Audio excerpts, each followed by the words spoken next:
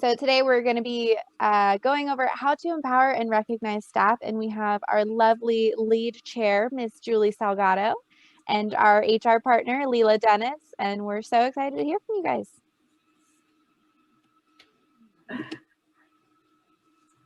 Well, thank you, Julie. Am I kicking it off? Go ahead, Lela. Okay, I'm kicking it off. Well, thank you, Brittany. And this is what we are going to talk about. I want to first of all just say welcome to our leadership series here today on how to empower and recognize staff. And so our agenda is going to focus on empowering employees. Then we'll take a look at rewards and recognition. And of course, we would always love to leave you with some resources.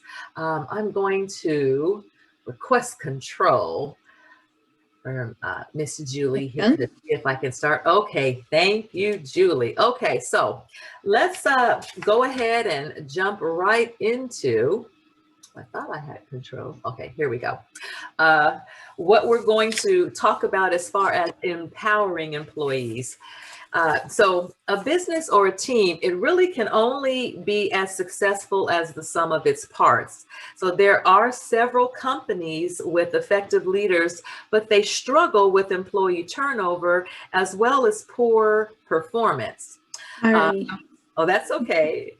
I have control, Julie. I was trying to mute my. Stop it. You stop. So employees, they are really craving empowerment.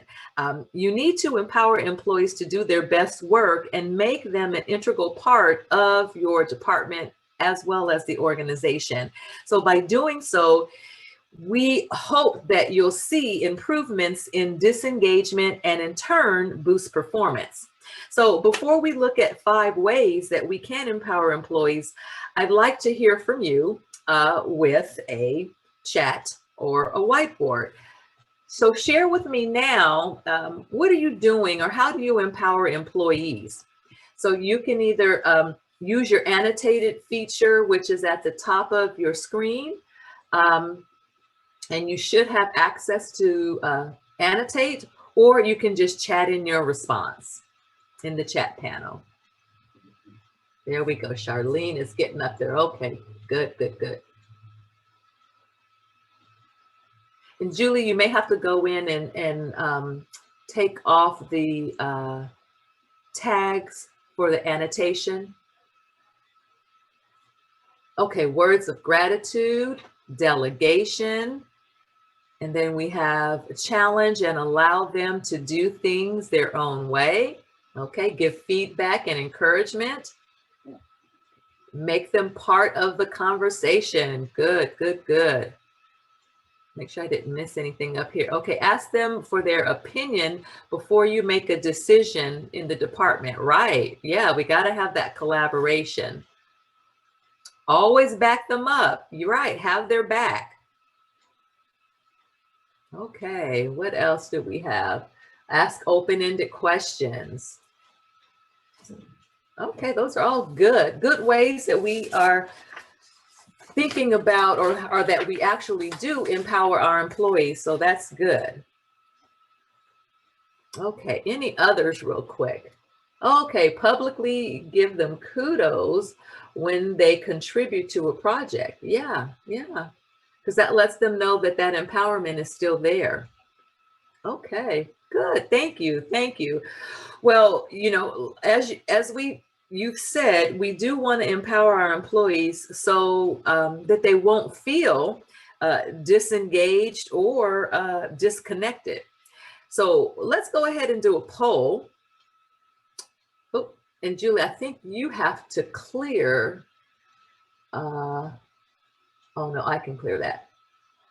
Okay. And then go back to my mouse. All right. Oops. All right, let's go ahead and do a poll. You can tell that in Zoom, we still have to understand how to work all these features here. Okay, so here's the poll, and I'm going to bring it up momentarily. What percentage of employees who aren't in a leadership or management role feel disconnected from the organization? So I'm going to go ahead and launch the poll and let me know what you think the percentage is. Is it 15%, 65%, 24%, or 90%? And these are the employees who aren't in a leadership or management role. So those others, the non-managers, what percentage do you think they feel disconnected from the organization or team?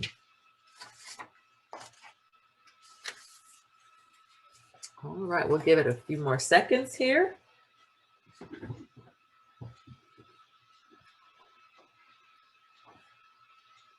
Make sure we can get, okay, it looks like we've got 96% of you all voting. So I'll go ahead and end the poll so we can take a look at those results here.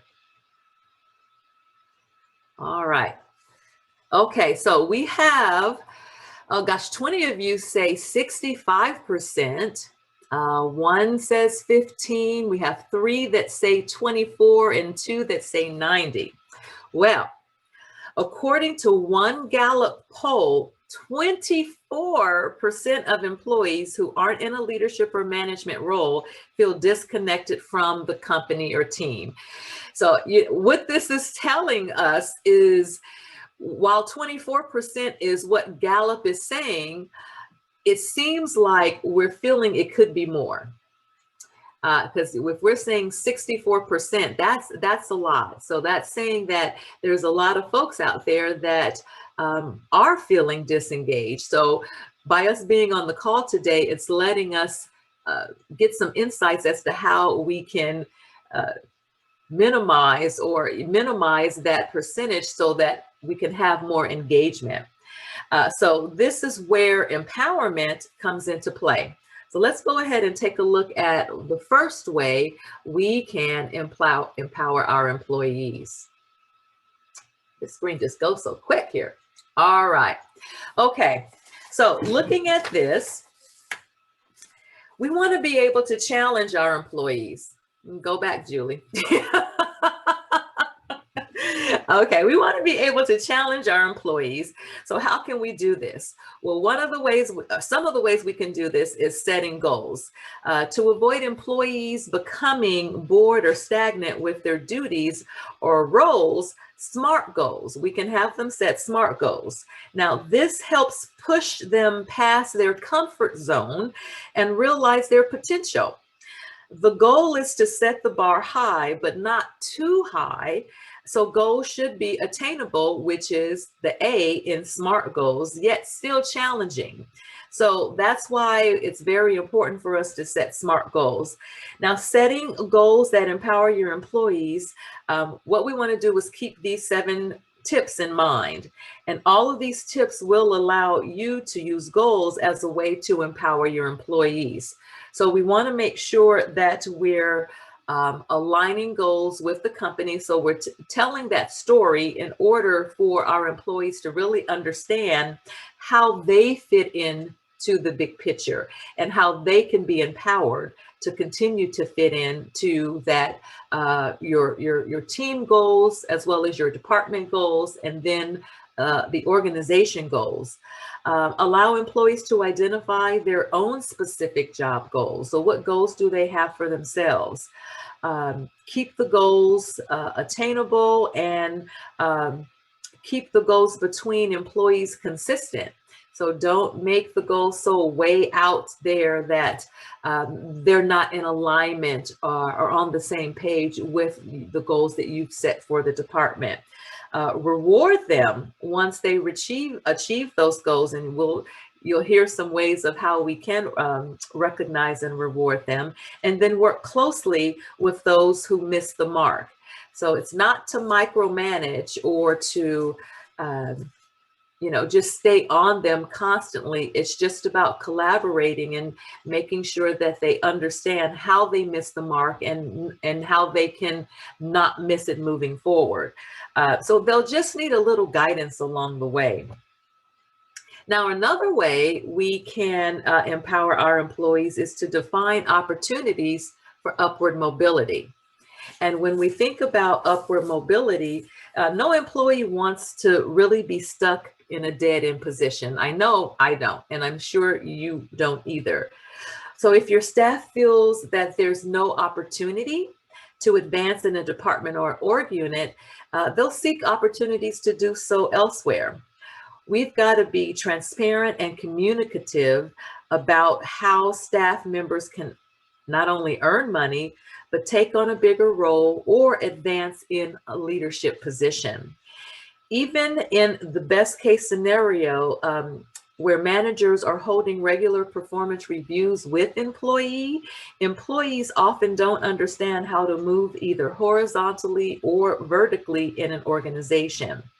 So according to Louis Efron from Forbes, he says, but for any employee that is worth retaining, a manager must make it clear to them how and where they can move forward in their career path.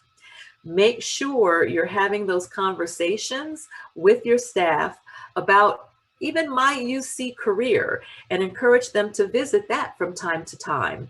But when you're having those one-on-ones, have those types of conversations, empower them to go out and seek opportunities to make themselves marketable, just as we do when we want to empower them to seek professional development opportunities. We can't be the type of leader to want to hold them, even though they're great at what they do, being the leader that we need to be.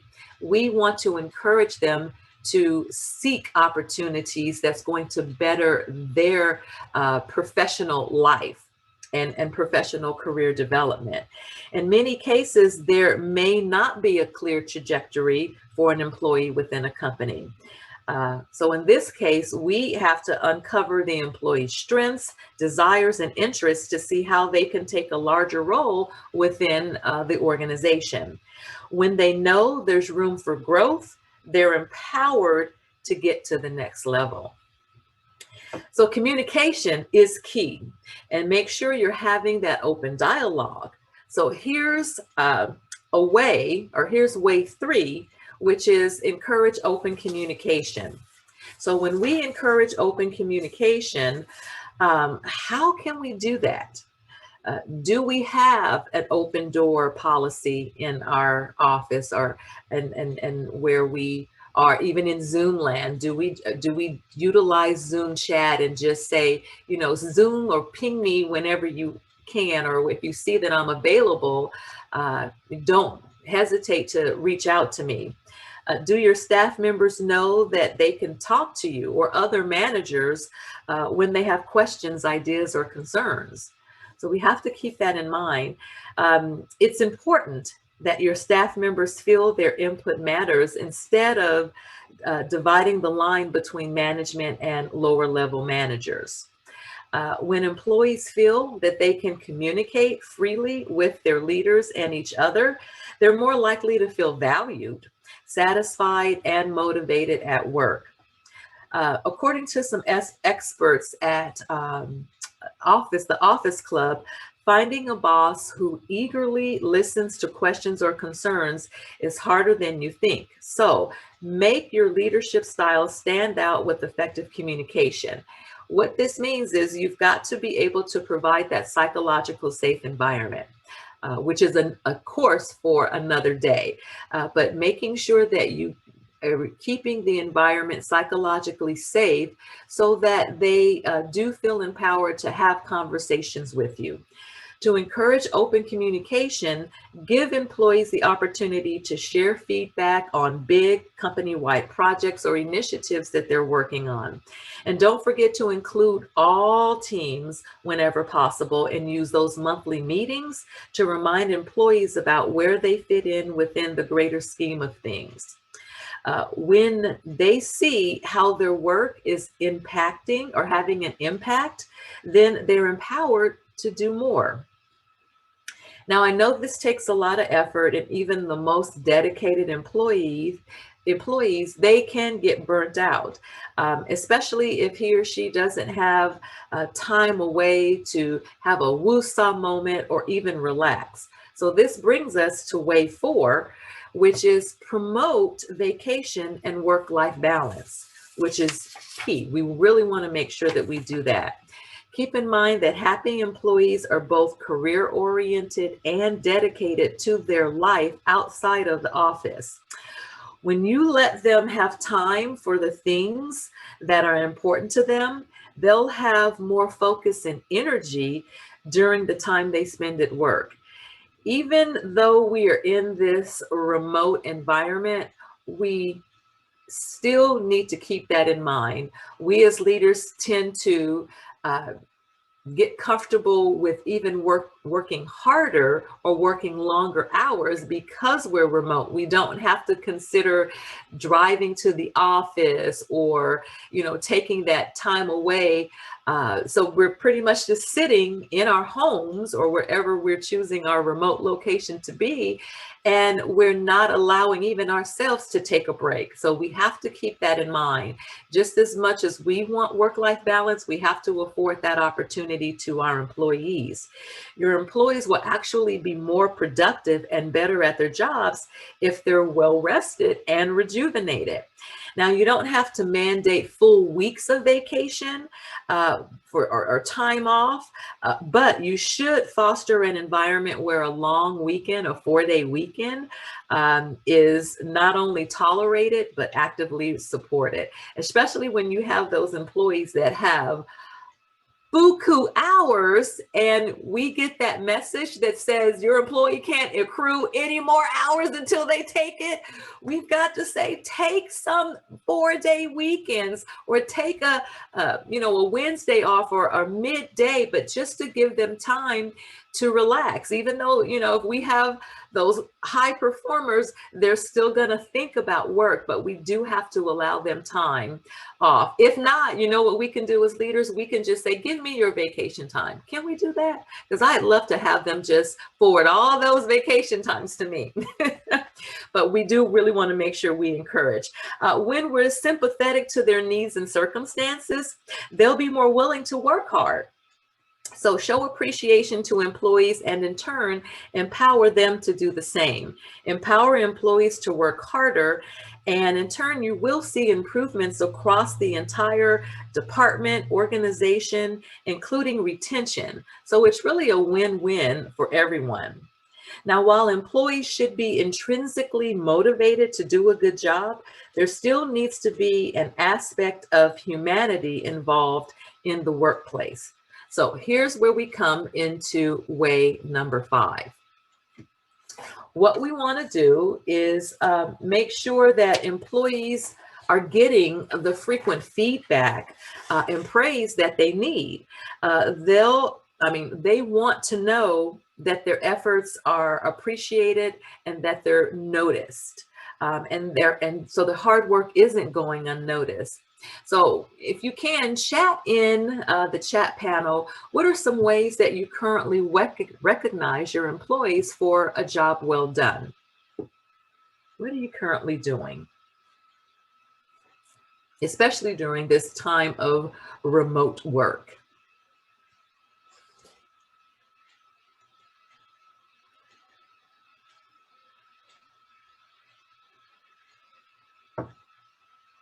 Okay, so let them know what a great job they are doing and thank them for it. All right. Verbal recognition within a team setting. Good. What else? Thank you for sharing. What else? Kudos in office and team meetings, quick emails or chat messages. Oh gosh, wait a minute. Or chat, I just lost my place here. Okay, here we go. Ownership, great job. You guys are really chatting now. This chat panel is not friendly in having me keep my place. Recognition during one-on-one. Okay, kudos in the office and team meetings, quick emails or chat messages of thanks and encouragement. Okay, we have staff shout outs during our monthly staff meetings, and those recognized get Starbucks gift cards. Oh, I want to be a part of that team. Yes, okay. a Padlet kudos for department. Okay, that's different. I haven't heard of a Padlet kudos. Okay.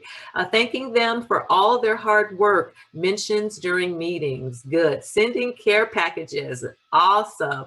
Kudos board. Okay. Zoom meetings with staff, letting them know their strengths. Okay. And constant recognition. Okay, good, good. So great job, leaders. You're doing the right things right. And you know, sometimes you may think that there's no budget for this, but praise and recognition, it doesn't necessarily mean monetary rewards. So there are countless ways, which I see that you are finding ways to recognize employees for job well done. So you've covered the verbal praise and a regular verbal praise. You've covered doing shout outs, doing flyers or cards or emails. Activity-based rewards is something that you could do. And small gift cards like you're doing now with Starbucks or food or other items. And it would be nice, and I know we do have the empowerment to even do half day at work. You know, you let them know you've done such a good job. So right on Friday, you know, kind of school out a little early on Friday, you know, leave at 1 instead, or clock out at 1 instead of 5 or something like that. So we can empower our employees to do more for us as long as we're able to do more for them. So with that being said, and to delve a little bit deeper into recognition, Julie's going to talk about that rewards and are recognizing and rewarding our employees. All right. And I think, let's see. Do I have control back? I see you moving around. Let's see. Will it pop up? Yes. Cool. Okay. All right. So I want to start off by saying, I want a thumbs up if this is true to you. Everyone wants to be recognized and appreciated for the work they do because they like to see the reward of their efforts, right? So if this is you, give a thumbs up. All right, but however, many managers often wait until the performance evaluation day to give their feedback and show recognition or appreciation, as Lela mentioned. And that's a good time, but it should also be on a daily and part of the culture, right? So some benefits to recognizing employees: it decreases employee turnover, increases employee happiness, increases employee trust, and employees feel valued, and valued employees are satisfied. So this really works. Everyone who has tried this, I'm excited to hear all of those ideas in the chat, or ways that you've appreciated your staff in the chat. We're going to get into it a little more deeper. And here are some free ways, just like Lela mentioned, this is absolutely free programs. Career milestones. Yesterday, staff assembly had their meeting and we gave out, I forget how many, 1,500 years of service to staff, some from 5 years all the way up to 35 years. So we have the staff assembly meetings, and then it's awesome to see in the chat peers recognizing peers, managers in there saying yes, shout outs to everybody. And on top of that, your department should also recognize you for those milestones. I know you get a gift for your milestone. And so I know for our department, we celebrate those. If we were in person, Mary and Isabel, they got their rewards, and we would have had a lunch to celebrate them. So peer-to-peer and team recognition, staff assembly also has the Get Recognized. They have a monthly recognition program. And I have the websites here, and I think Brittany is going to put some links in the chat. These are absolutely free, everyone. You just go in, you fill out the Qualtrics survey, and you just kind of just say how awesome they are. And then they have a committee that votes on who gets that. But you're also recognized. And then we have, our lead has a leadership recognition program, our Leaderboard Award we do quarterly, is also a free program. You just have to go on the survey, recognize your leader. I know a lot of times we know those bad leaders, but we need to know who are those good leaders. So if you have an awesome leader, or you want to recognize another leader in a different department is fine as well. Go ahead and do that. And let's see. So appreciation, so that's more of the recognition part. There's also appreciation. So a new survey by the Society of Human Resource Management shows that employee appreciation and engagement are key to retaining good employees. And according to the research conducted by the US Department of Labor, 64% of Americans who leave their jobs say they did so because they didn't feel appreciated. That's a high number, 64%. And then here's a quote: appreciation can make a day, even change a life. Sometimes you don't know how serious, you can be having a really bad day, but to hear some appreciation kind of changes that whole thing. And your willingness to put it into words is all that is necessary. So some benefits to appreciation, kind of like the recognition, personal, relevant, authentic appreciation causes engagement, which causes low turnover, low absenteeism, and high productivity. So what I'm gonna do is cover, I forget about this thing. What's the 5 languages of appreciation in the workplace? I'm gonna cover 4. The last one is physical touch, and we shouldn't be touching each other at work.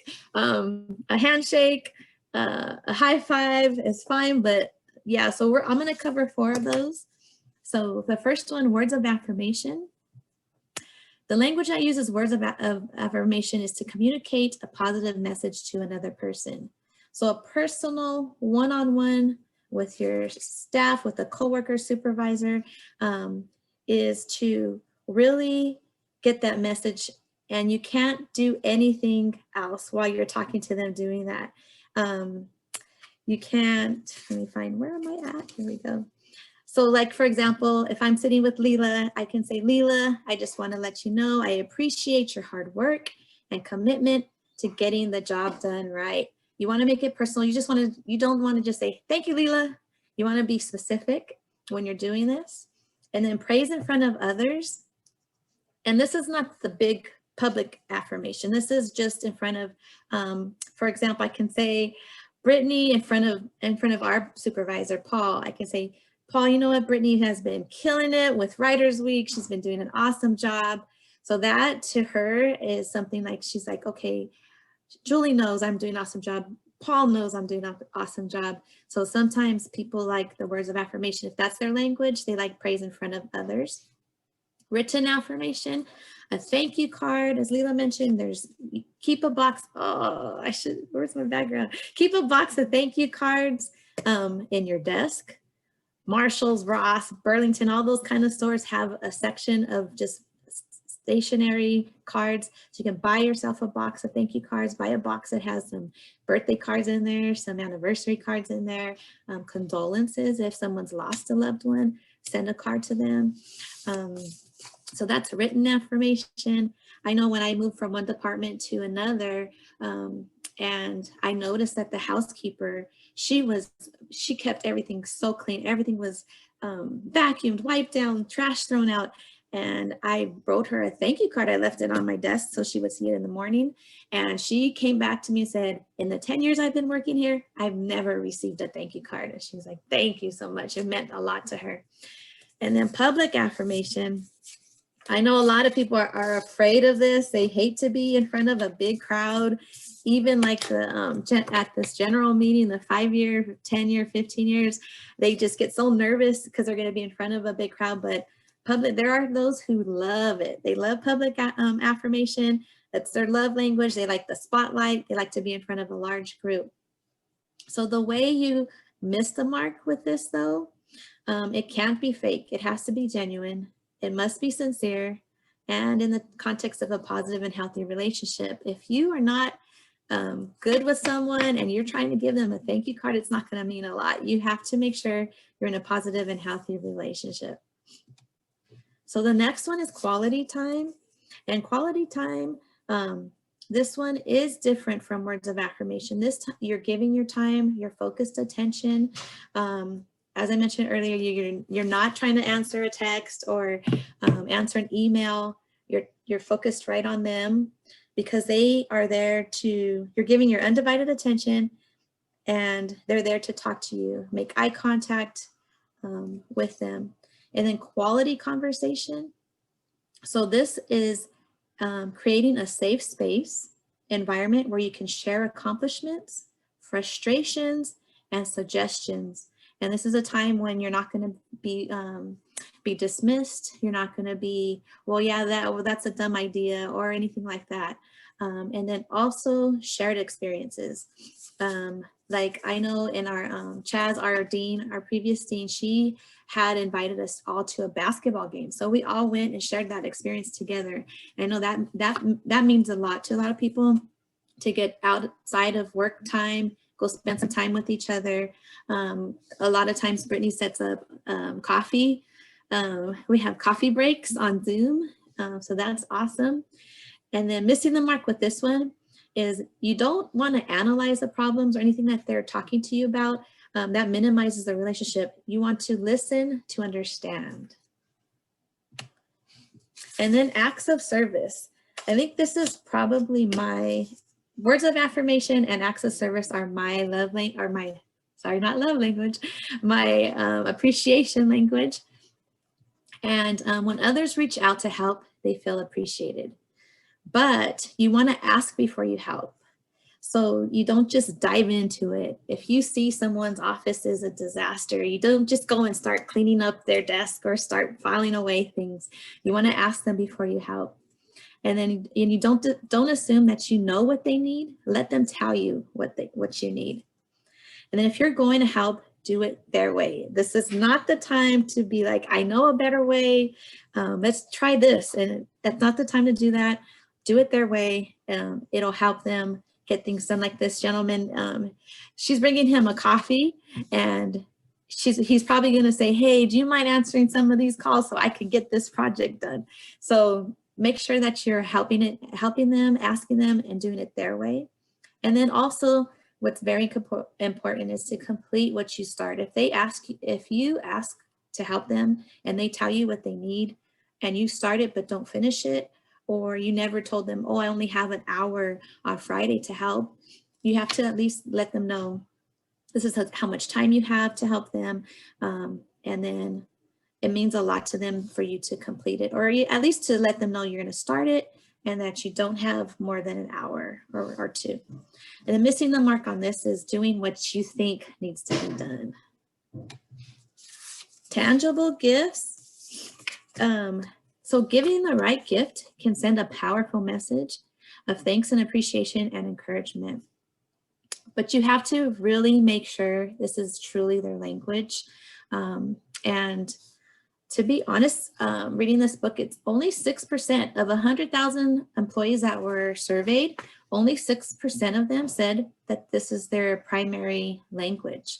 And you have to make sure that the gift is something they value. It can't be some swag that you got from a conference and you're bringing back some old t-shirts and coffee mugs. It has to be something they truly value. And so missing the mark is getting the wrong gift or giving a generic across the board gift. Like if you're bringing in donuts for everyone, but someone doesn't eat sugar, or maybe bringing in a box of chocolates, you give everyone a box of chocolates for Valentine's Day, but you have a diabetic on your team. Like you really need, this is a time to really get to know your team, get to know what they like. And I think that's what so I have a whiteboard for you all to put some answers on here. What is the best or worst gift you've received from your manager or coworker? Is it working, or do I have to hit annotate?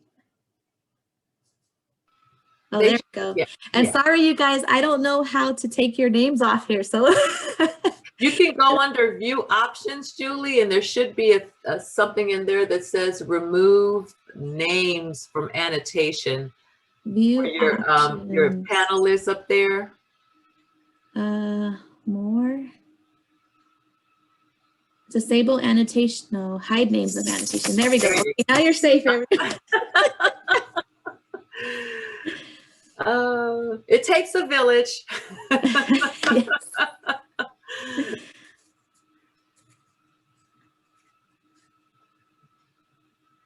Chocolates. Ooh, love chocolates. I'm hoping that's a good gift unless you're allergic to chocolates, which makes it a bad gift. I just don't like sweets too much, so I don't like chocolates. It's not really my thing. Okay, well, Catrice, give it to me. we'll work it out.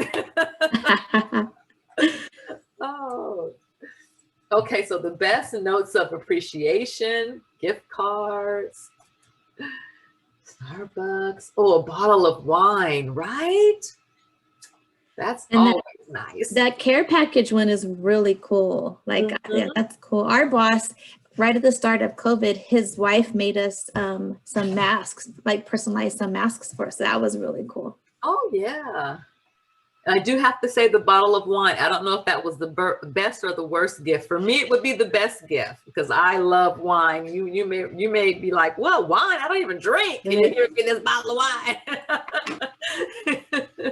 I am going to go ahead and post the link to the book that you're basing all this off of as well, for those that are interested. Yeah. Cool. What does this one say? I was taking a vacation. And I got Disney gift card. See, that's exactly what I'm talking about. Like, you have that, if you get to know your staff and you know what they like and you know kind of their personal life, you can, and it really means a lot more. It goes a long way when you're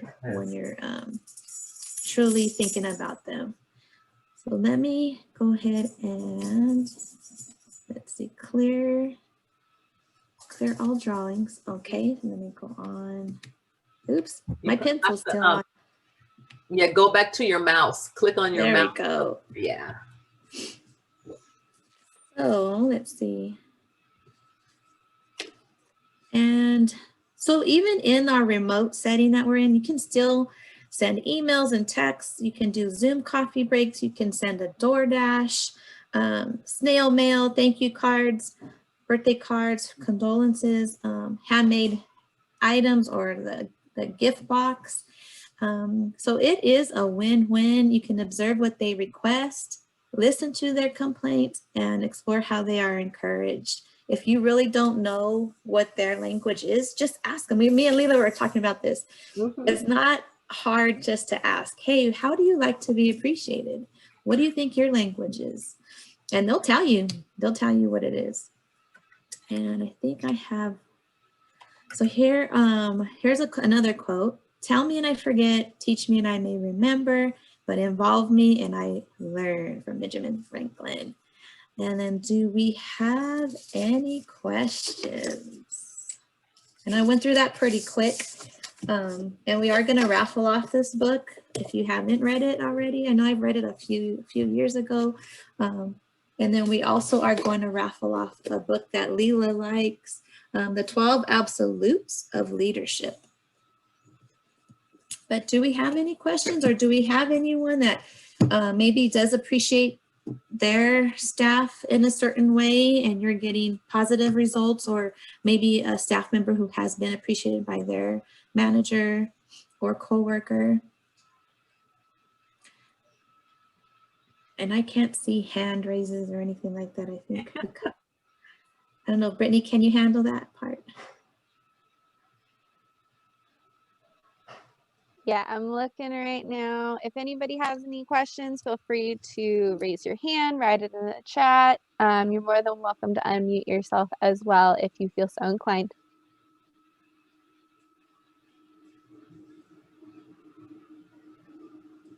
And then I can go to our next slide.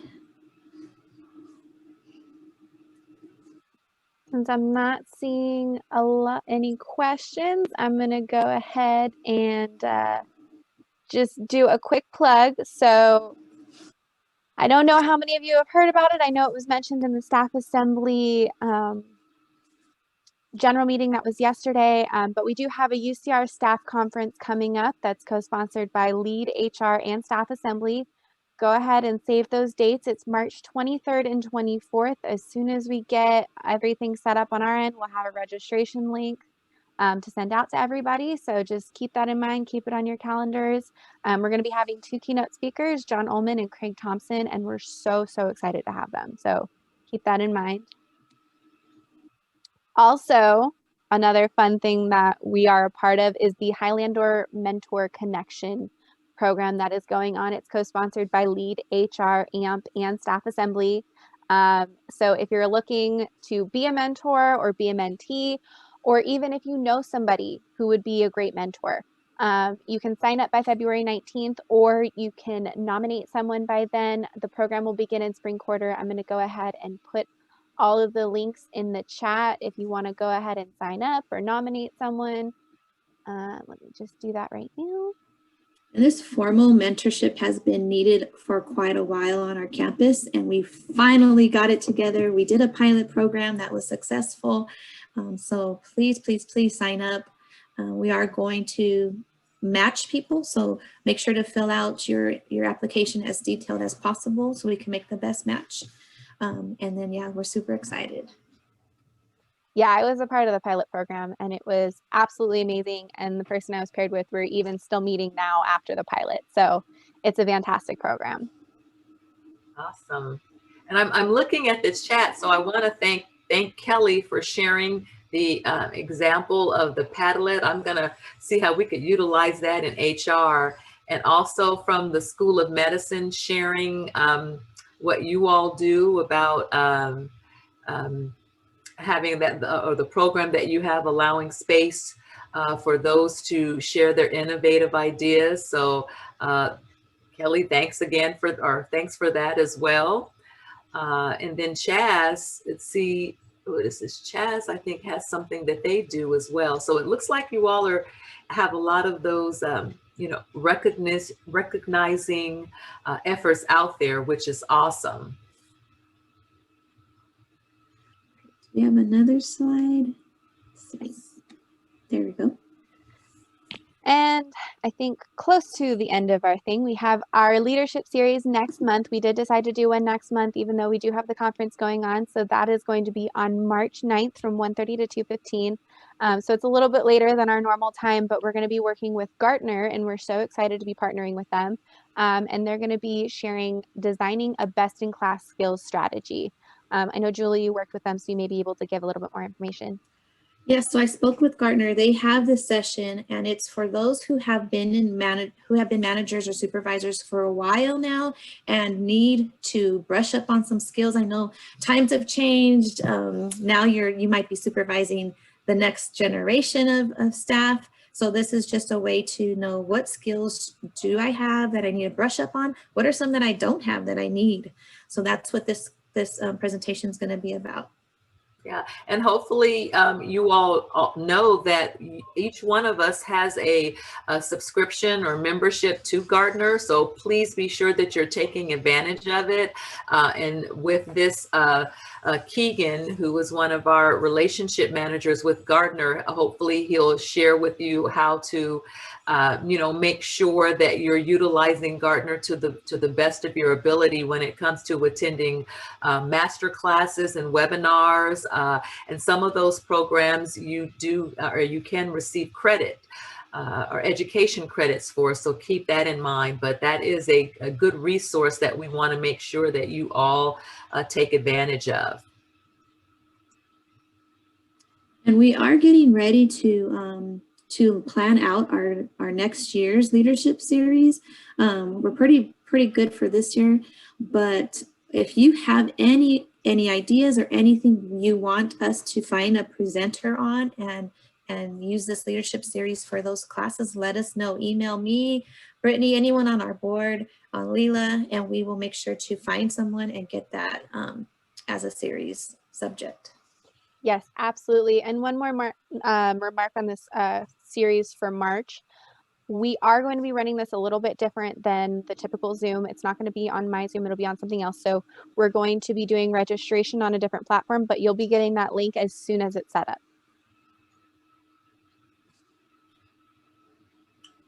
Was that the last slide? One more. Yeah. So we just want to thank you all for attending this session. As always, we really appreciate those of you who can be here. as I did mention, we are recording, so it will be posted up on YouTube later. Per the usual, we're going to be raffling off a couple of books this time. Julie picked one and Lela had one as well. But being as I was running it this time, it's going to be a little bit more high tech. So I'm going to go ahead and share my screen and show you what I have. And while she's doing that, yes, we will have the handouts available for you. Brittany will either send those out afterwards or they'll be available on the lead site. For the 5 ways of empowering your employees. Yes, so I will be go ahead and sending an email out afterwards, as I always do. I will be sending you the link to the recording in case you want to share it to anybody. I should have the registration page for our next month up by then, and then I'll give you those handouts as well. No, So we're raffling off first, Julie. This one, the 12 absolutes. Okay, so I'm going to go ahead and shuffle up everybody's name up, and then we're just going to tap to spin. All right. Yeah, better than my paper. And So it looks like Janice Henry. Yay. And Julie will email you to get your address and everything so we can send that to you. All right, we'll close it. And then which one is this one? 5 languages of appreciation? Yes.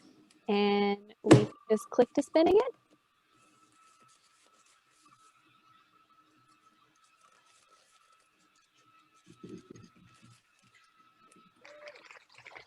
Kelly and Osawa. All right. Woo! That is my fun way of doing the raffles. I like it. Brittany, you're teaching us something new.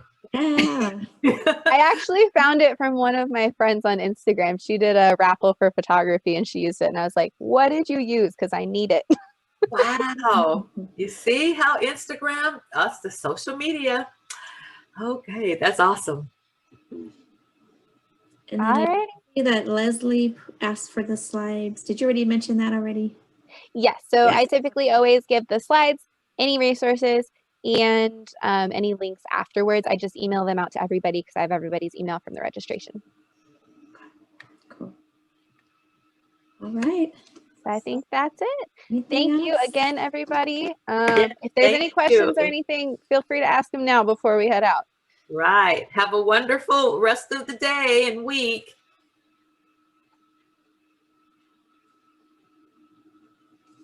Bye, everybody. You're welcome. Oh.